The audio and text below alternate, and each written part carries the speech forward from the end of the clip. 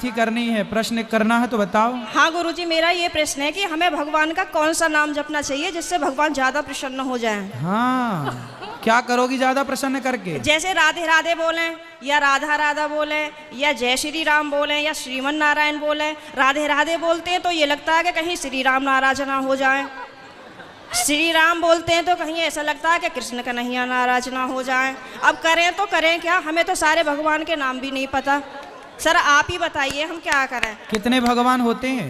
33 करोड़। किसने बोला ऐसा? ऐसा ही बोला है कि 33 करोड़ देवी देवता होते हैं। कौन बोल रहा था ऐसे? ऐसा ही सुनते 33 आए। करोड़ देवी देवता होते हैं, तो देवी देवता और भगवान में अंतर है कि नहीं?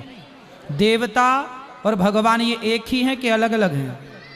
आप बताओ गुरुजी, हमें